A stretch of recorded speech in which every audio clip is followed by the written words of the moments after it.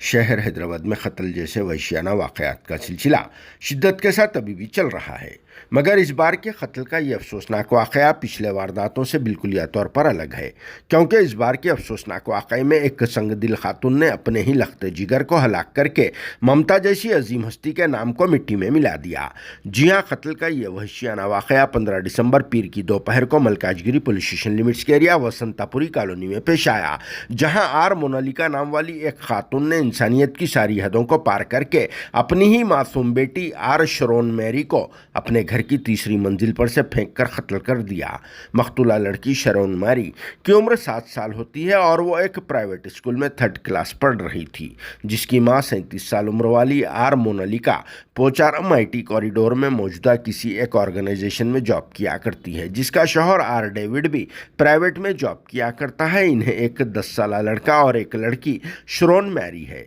मासूम बच्ची शरोन मैरी के घर में सताने की वजह से मोनालिका और उसके शौहर डेविड के बीच में अक्सर व बेशतर झगड़े हुआ करते थे, क्योंकि ये मासूम बच्ची बहुत ही ज़्यादा तंग किया करती थी। 15 दिसंबर पीर को शरोन मैरी ने घर में तंग करना शुरू कर दिया, जिसके बाद इसकी मां मोनालिका बरहम हो गई और फिर फौरी तौर पर इसे रूम में से लेकर बाहर निकल गई और फिर अपनी बिल्डिंग के तीसरी फ्लोर पर से इस मासूम बच्ची को फेंक दिया, जिसके नतीजे में वो शदीद तौर पर जख्मी हो गए और फिर उसी रात को एक प्राइवेट अस्पताल में इलाज के दौरान इस दुनिया से चल बसी। जिसके बाद मलकाजगिरी पुलिस स्टेशन के अमले ने स्पॉट पहुंचकर यहाँ का तफसीली मुआयना किया और फिर इस सिलसिले में कत्ल के तहत एक केस बुक कर लिया, जहाँ पुलिस के अमले ने कहा कि मोनालिका की दिमागी हालत ठीक नहीं है, जिसने अपनी मासूम बेटी को जान से मार देने से पहले ये कह रही थी कि ईसा मसीह जीसस मेरे को एक और औलाद देने वाले हैं, इसीलिए मैं इसे कुर्बान कर रही हूँ। जिसके बाद अब सवाल ये पैदा हो रहा है कि मोनालिका का अगर दिमागी कंडीशन ठीक नहीं है तो फिर वो रेगुलर जॉब कैसे कर रही है, जिस पर आप सबका क्या कहना है कमेंट बॉक्स में